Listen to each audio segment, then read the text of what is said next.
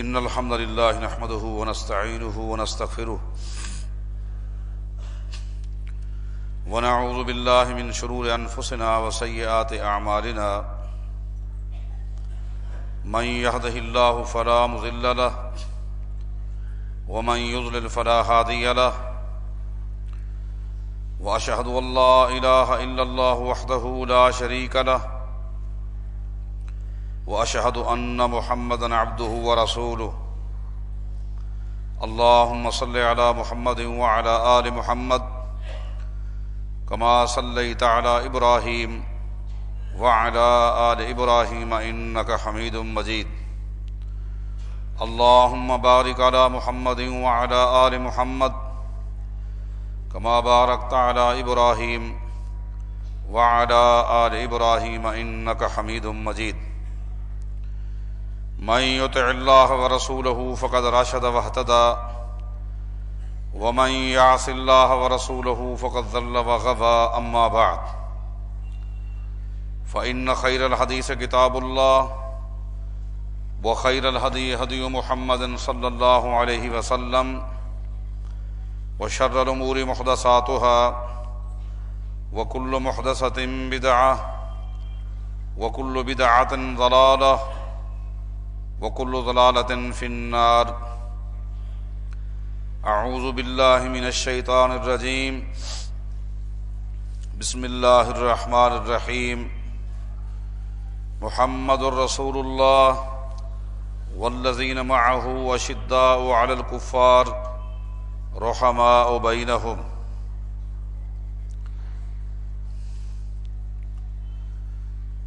دین اسلام میں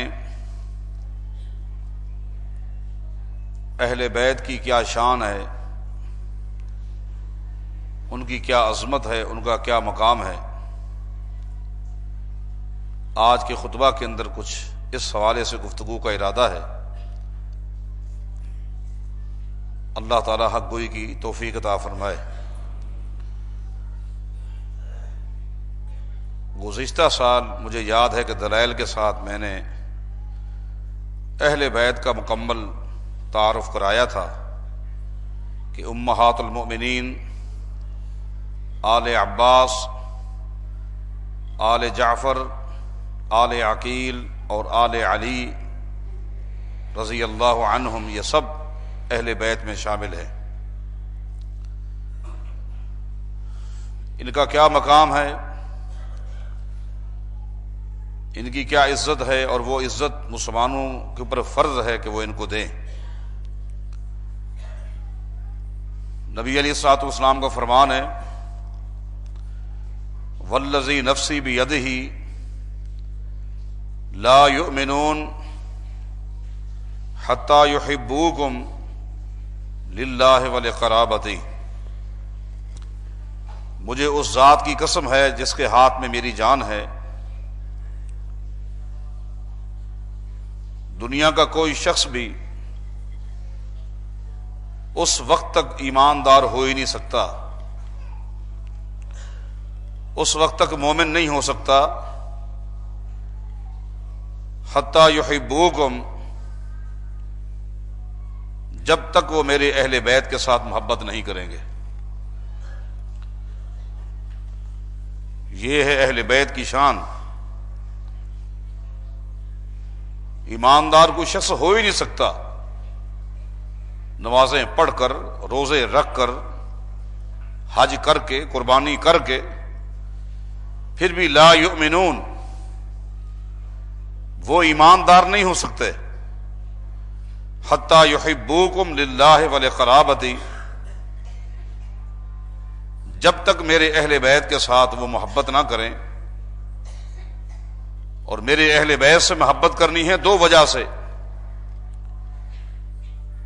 ایک ان سے محبت کرنی ہے اللہ کے لیے، اور اللہ کے لیے ہر مسلمان کے ساتھ بندہ محبت کرے، اور چونکہ میرے اہل بیت بھی مسلمان ہیں، اللہ کے لیے ان سے بھی محبت کرنی ہے۔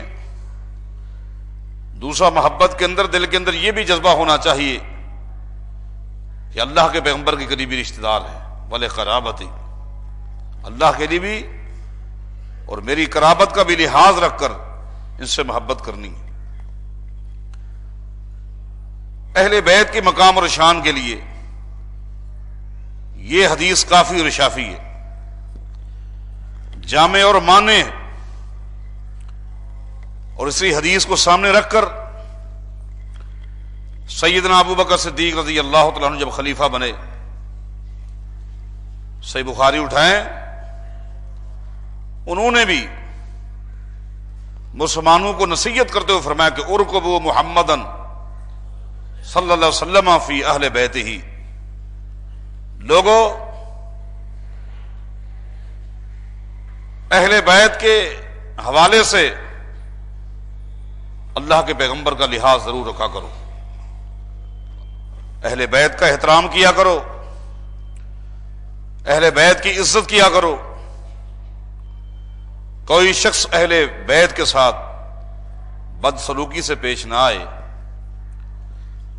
کسی شخص سے اہل بیت کو تکلیف نہ ہو، اہل بیت کے حوالے سے اللہ کے پیغمبر کا ضرور لحاظ رکھا کرو کہ اس کا ادب کرنا ہے، ان کا احترام کرنا ہے۔ یہ ہیں خلفائے راشدین، اہل بیت کے ساتھ ان کا کیسا تعلق ہے۔ کسی اور کے لیے ابوبکر صدیق نے خطبہ نہیں دیا سوائے اہل بیت کے حوالے سے، اور اسی چیز کو سامنے رکھ کر کیا یہ احترام اور یہ عزت کوئی کم ہے کہ سیدنا عمر بن خطاب رضی اللہ تعالیٰ عنہ کے دور خلافت میں آپ نے علماء سے سنا، جب بھی قحط پڑا، مسلمانوں نے بارش کی ضرورت محسوس کی، تو بارش کی دعا کے لیے حالانکہ جلیل القدر ہستیاں موجود تھیں، مگر امیر المومنین عمر بن خطاب رضی اللہ تعالیٰ عنہ نے کس کا انتخاب کیا؟ سیدنا عباس کا رضی اللہ تعالیٰ عنہ، اور دعا سیدنا عباس منگواتے، اور سیدنا عمر کیا کہتے؟ انا کننا نتوسل بنبینا فتسقینا، اے اللہ ایک وقت تھا جب قحط پڑتا تھا، بارش کی ہم کمی محسوس کرتے تھے، تو اپنے نبی کے ذریعے تیرے آگے دعا کی درخواست رکھتے تھے، اپنے پیغمبر کے ذریعے، اپنے نبی کے ذریعے، فتسقینا، اور تو ہمیں بارش دے دیا کرتا تھا۔ وَإِنَّا نَتَوَسَّلُ إِلَيْكَ بِعَمِّ نَبِيِّنَا، اب ہم اپنے پیغمبر کے چچا کے ذریعے دعا کر رہے ہیں، فَاسْقِنَا، بارش عطا فرما۔ راوی کہتے فَيُسْقَوْنَ، امیر عمر یہ الفاظ کہتے اور آسمان سے بموسلادھار بارش شروع ہو جایا کرتی تھی۔ حضرات، یہ کوئی مقام کم دیا؟ جس وقت سیدنا عباس کو آگے کیا جاتا، اس وقت بڑی بڑی بزرگ ہستیاں اور بھی تھی، مگر صرف قرابت کا لحاظ کرتے ہوئے، اہل بیت کا احترام کرتے ہوئے سیدنا عباس کو آگے کیا جاتا، ورنہ اس دعا کے اندر عثمان غنی بھی شریک ہوتے تھے، جس کے بارے نبی علیہ الصلوۃ والسلام نے فرمایا تھا، جب سید عائشہ رضی اللہ تعالیٰ عنہ نے عرض کی، آپ لیٹے ہوئے تھے، آپ کی پنڈلی سے کپڑا بھی ہٹا ہوا تھا، میرے باپ ابو بکر صدیق آئے، آپ ویسے ہی لیٹے رہے، تھوڑی دیر کے بعد عمر بن خطاب آئے، ویسے ہی لیٹے ہوئے، عثمان کو آتے دیکھا اور آپ سیدھے ہو کر بیٹھ گئے اور پنڈلی کے اوپر بھی اپنے کپڑا دے دیا، اس کی کیا وجہ ہے؟ نبی علیہ السلام نے فرمایا تھا کہ عائشہ، عثمان وہ ہے جس کا احترام رب کرتا ہے، جس کا رب احترام کرے محمد کیوں نہ کرے، وہ بھی وہاں موجود ہیں، دعا مانگ رہے ہیں۔ محدثین نے ان عظیم ہستیوں کو گنوایا ہے جو اس وقت موجود ہیں، معاذ بن جبل دعا میں موجود ہیں، جن کے بارے نبی علیہ الصلوۃ والسلام نے فرمایا تھا کل قیامت کے دن کیا بنے گا؟ جن لوگوں کے پاس دین کا جتنا علم ہوگا اتنا ان کی گردن بلند ہوگی. اور آگے فرمایا تمہیں پتا ہے قیامت کے میدان میں سب سے بلند گردن کس کی ہوگی؟ فرمایا کہ معاذ بن جبل کی ہوگی. سب سے بلند گردن معاذ بن جبل کی ہوگی. اس کا مطلب یہ کہ ان کی مثال نہیں دی جا سکتی. اور ایک حدیث میں آتا ہے کل قیامت کے دن میری امت کے علماء مل کر اللہ سے ملنے کے لیے جائیں گے تو پورے علماء کی قیادت معاذ بن جبل کریں گے رضی اللہ عنہ. آج وہ بھی موجود ہیں، وہ بھی ہاتھ اٹھا کے دعا مانگ رہے ہیں. ان کو آگے عمر بن خطاب نے نہیں کیا. ذرا غور کرنا ہوگا ان ہستیوں کے بارے جو کچھ کہا جاتا ہے کہ انہوں نے زیادتیاں کی. ابو بکر صدیق رضی اللہ تعالیٰ عنہ، عمر بن خطاب رضی اللہ تعالیٰ عنہ کے بارے کہا جاتا ہے اہل بیت کے گستاخ تھے، بے ادب تھے، انہوں نے تکلیفیں پہنچائیں، انہوں نے زیادتیاں کی. یہ احترام ہے، زیادتی کا تصور ہی نہیں ہے. عظیم ہستیاں.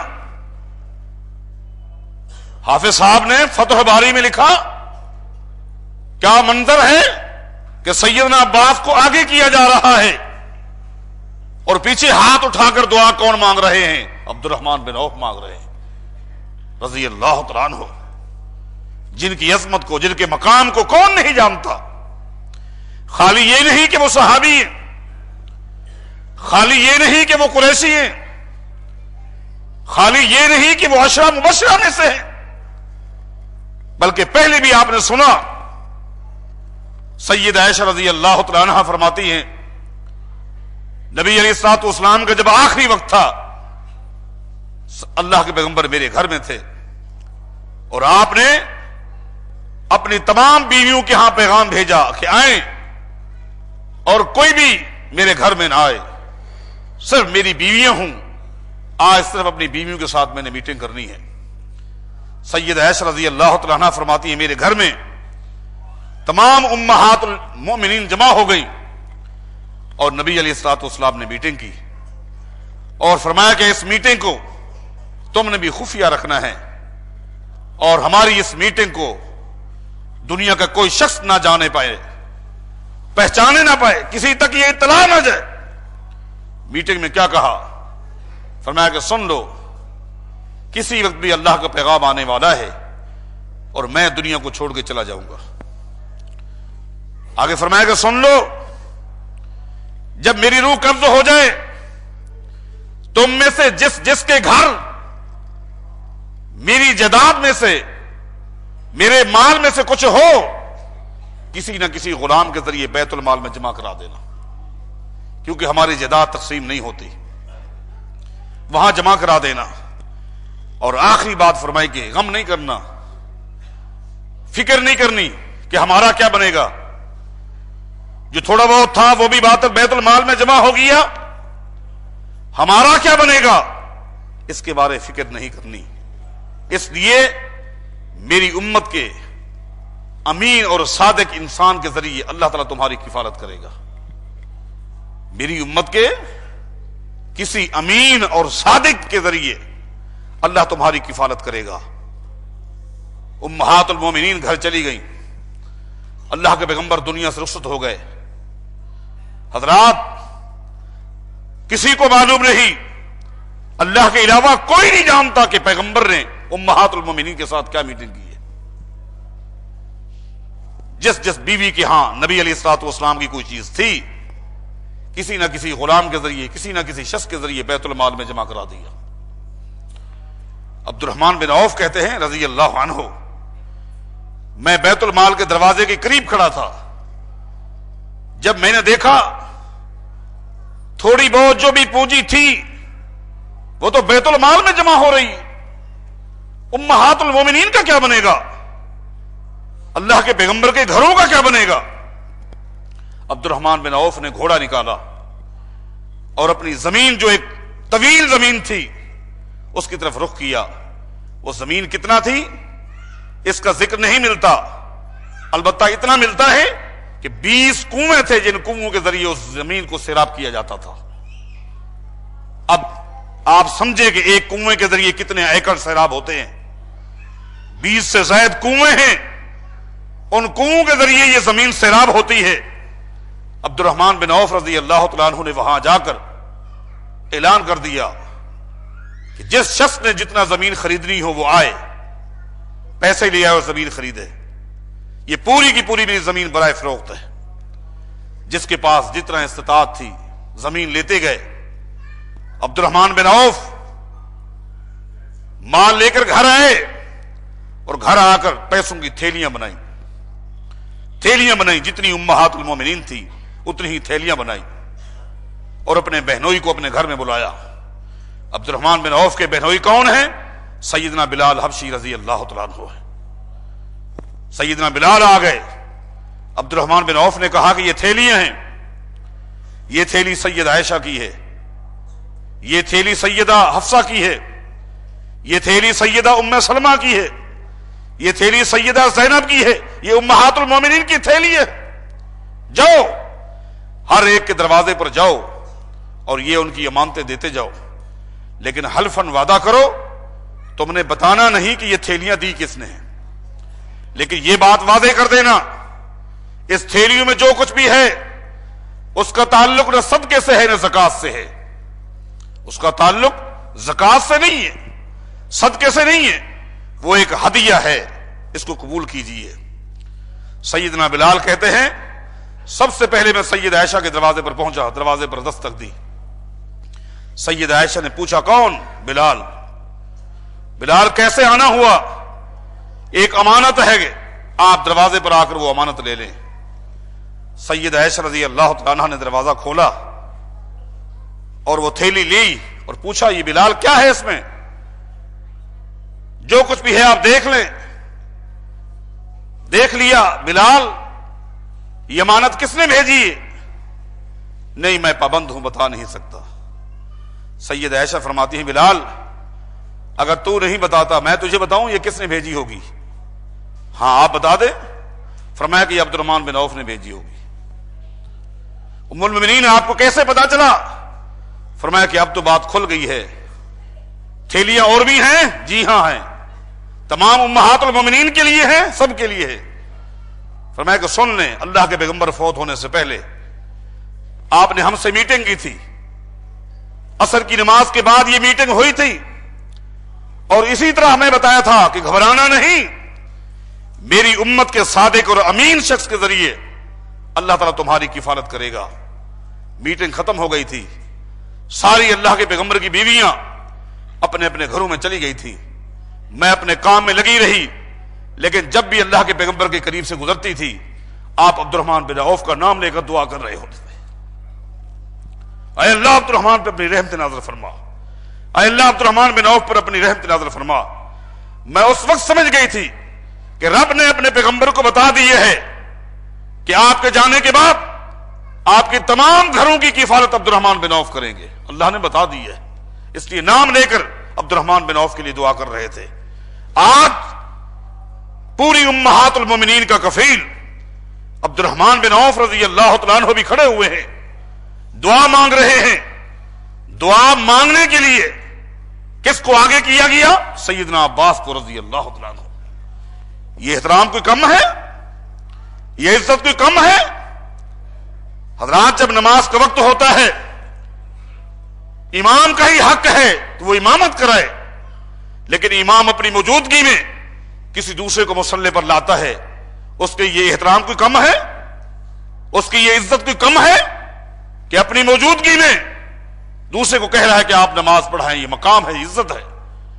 سیدنا عمر بن خطاب خلیفہ وقت ہیں، امیر المومنین ہیں، لیکن صرف اہل بیت کا لحاظ رکھتے ہوئے یہاں اگر کوئی اعتراض کرے کہ ان ہاتھ اٹھا کر دعا مانگنے والوں میں سیدنا علی بھی تو تھے، جی ہاں تھے، جی ہاں سیدنا علی بھی تھے، لیکن قرابت کو دیکھا جائے تو سیدنا عباس سیدنا علی سے زیادہ قریب تھے۔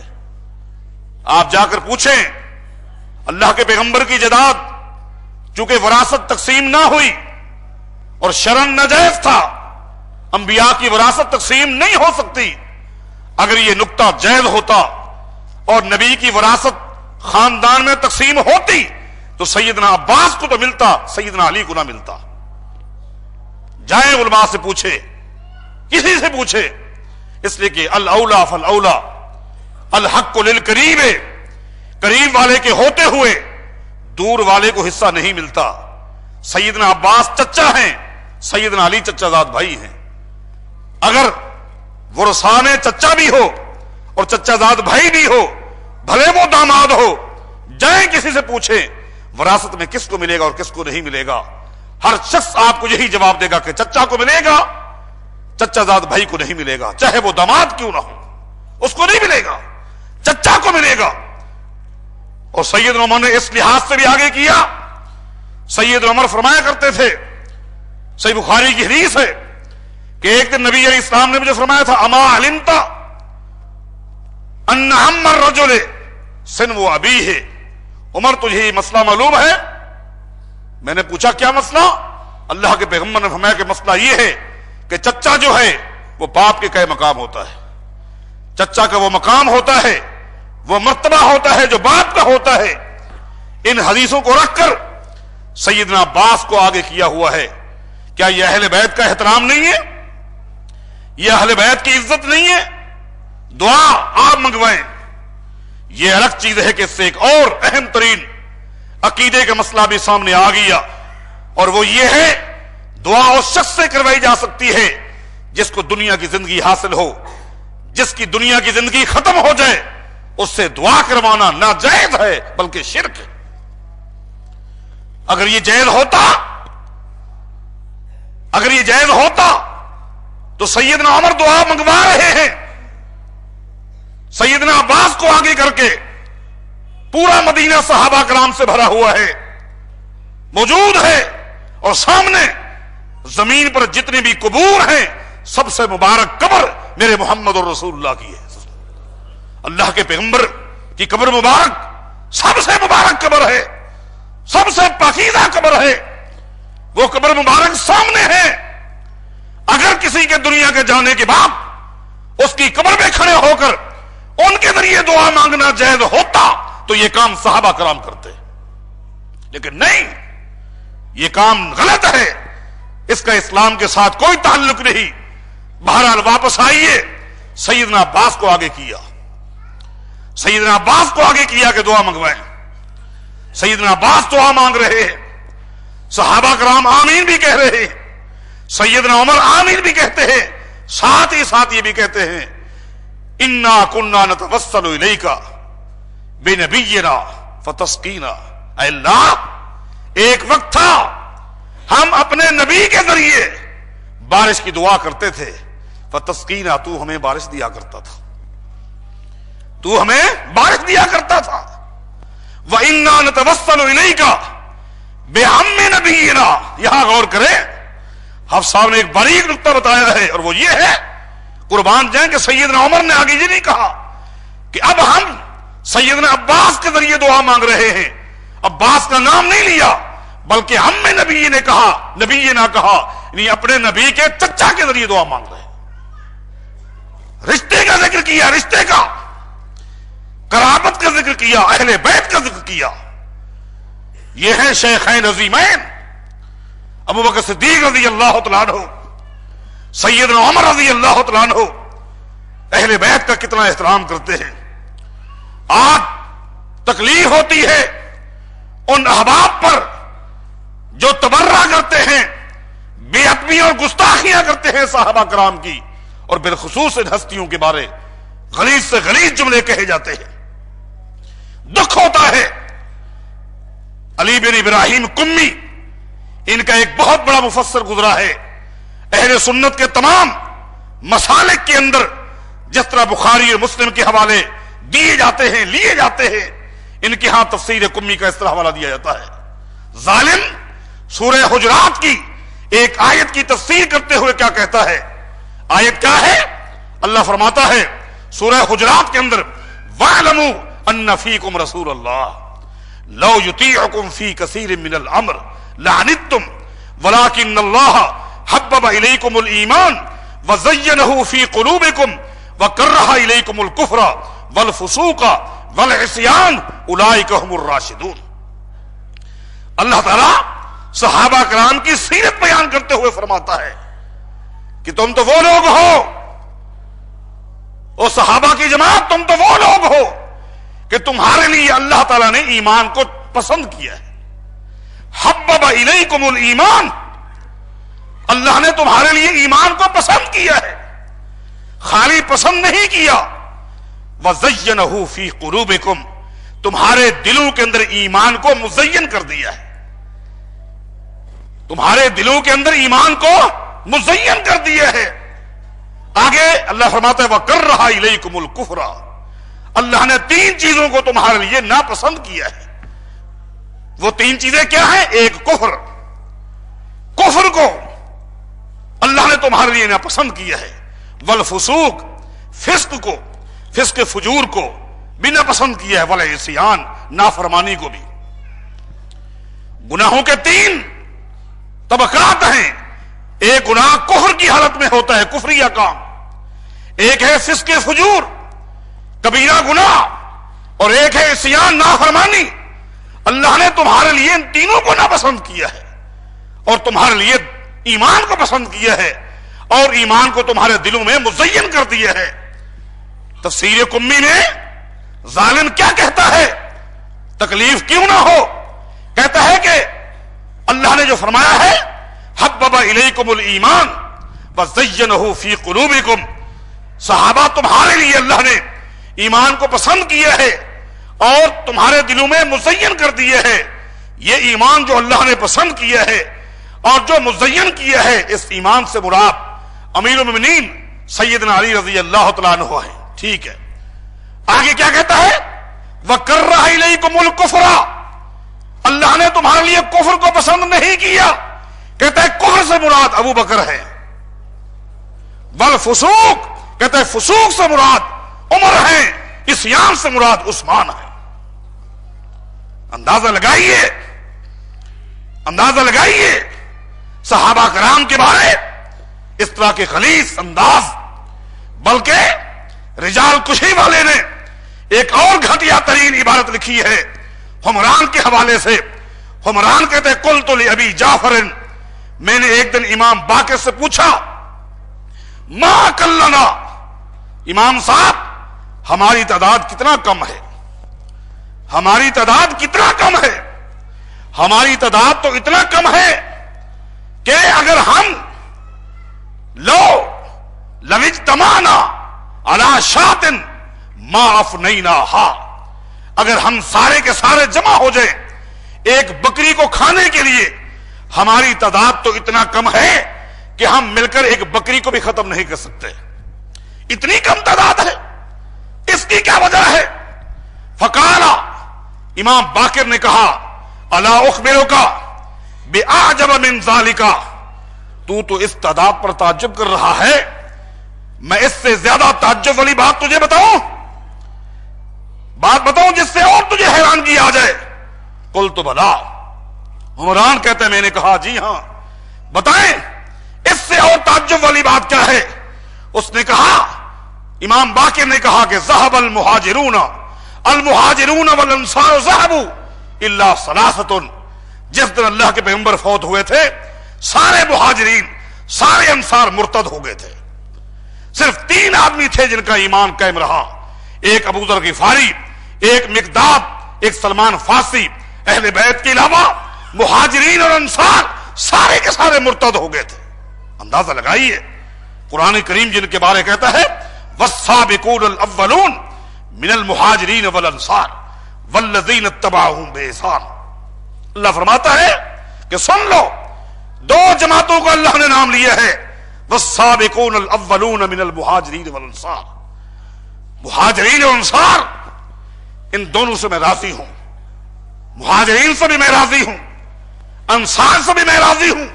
اے اللہ، مہاجرین اور انصار کے بعد پھر تو کس سے راضی ہے؟ اللہ نے پھر کسی اور کا نام نہیں لیا بلکہ فرمایا کہ والذین اتبعوہم بإحسان، پھر مہاجرین اور انصار کے بعد ہر اس شخص سے، ہر اس قوم سے، ہر اس جماعت سے میں راضی ہوں جو مہاجرین اور انصار کے نقش قدم پر چلیں گے۔ آج یہ کہا جا رہا ہے کہ نعوذ باللہ یہ مہاجرین سارے مرتد ہو گئے تھے. امام علقمہ نے امام شابی سے جو بات کہی تھی در حقیقت اسی بات پر غور کرے، اور وہی کچھ ہے جو ہم اپنی آنکھوں سے دیکھ رہے ہیں. امام علقمہ نے امام شابی رحمہ اللہ سے کہا، اے شابی، امام شابی ایک چوٹی کے امام ہیں اور تابعی ہیں جنہوں نے صحابہ سے دین سیکھا ہو، اے شابی تجھے پتا ہے سیدنا علی رضی اللہ تعالیٰ عنہ کی مثال کیا ہے؟ امام شابی فرماتے ہیں اس کی وضاحت آپ ہی کر دیں کہ امام سیدنا علی رضی اللہ تعالیٰ عنہ کی کیا مثال ہے.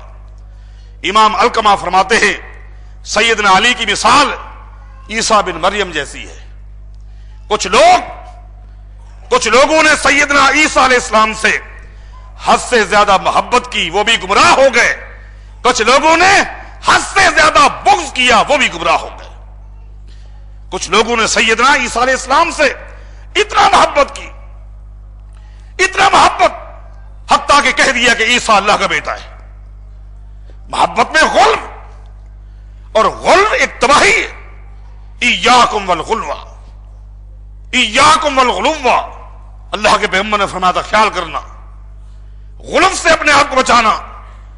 تم سے پہلے قومیں جو برباد ہو گئی ہیں اسی غلو کی وجہ سے برباد ہو گئی ہیں. ہر ایک کا جو مقام ہے وہ مقام دینا. یہی وجہ ہے کہ اللہ کے پیغمبر نے فرمایا یا ایھا الناس لا ترفعونی فوق ما رفعنی اللہ، لوگوں خیال کرنا جو اللہ نے مجھے مقام دیے ہے اس مقام سے بڑھا کر مجھے پیش نہیں کرنا. لا تطرونی کما اطرت النصارى مسیح ابن مریم، مجھے اس طرح نہیں چڑھانا، آگے لے جانا جس طرح نصارہ عیسیٰ بن مریم کو آگے لے گئے تھے.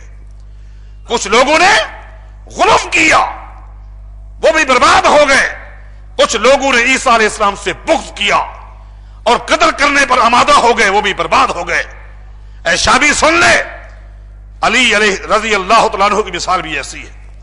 کچھ لوگ حد سے آگے انہوں نے سیدنا علی کے بارے جذبات رکھے، اتنا آگے کہ وحی جبریل لے کر آتا ہے تو سیدنا علی کے پاس آتا ہے، وحی آتی ہے، نبوت کا مقام دے دیا، مشکل کشائی اور حاجت روائی کرتے ہیں تو سیدنا علی یہ بھی مارے گئے، یہ بھی برباد ہو گئے.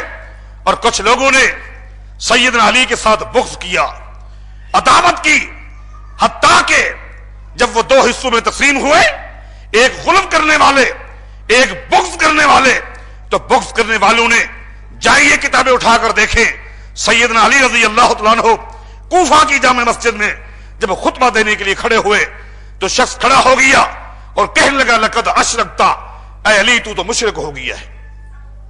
اندازہ لگائیے، حکمت الرجال ولم تحکم کتاب اللہ، تو لوگوں کو حکمران بناتا ہے، حاکم بنا کر مقرر کرتا ہے، اور جبکہ حاکم بننا تمہارا کام نہیں یہ کسی اور شخص کا کام ہے، یہ حق ہے کتاب اللہ کا.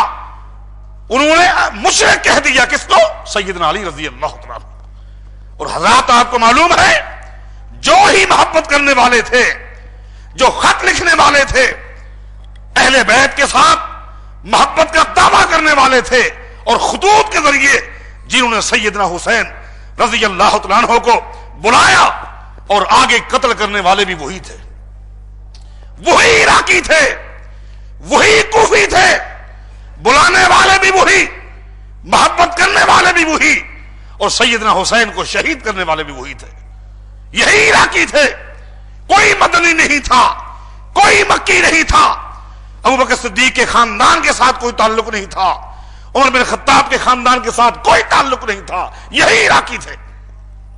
یہی تو وجہ ہے، صحیح مسلم میں آتا ہے عبداللہ بن عمر رضی اللہ تعالیٰ عنہما ایک موقع پر جب عراق گئے، عراق کے لوگ جمع ہو گئے کہ ایک بہت بڑا امام آ گیا، بہت بڑا محدث آ گیا. لوگ مسائل پوچھنے لگ گئے. ایک عراقی نے کہا اے عبداللہ میرے بھی ایک سوال کا جواب دے دے، یہ مچھر جو ہمیں تنگ کرتے ہیں، مچھر کا مارنا کیسا ہے، جائز ہے ناجائز ہے؟ مچھر کا مار دینا کیسا ہے، صحیح ہے یا غلط ہے؟ سیدنا عبداللہ بن عمر نے کہا او عراقیو، تم مارنے پر آئے تو نواس رسول کو تم نے شہید کر کے رکھ دیا. تم لوگوں نے، تم مارنے پر آئے تو نواس رسول کو تم نے شہید کر کے رکھ دیا، اور پوچھنے کے لیے آئے ہو تو مچھر کے بارے پوچھتے ہو.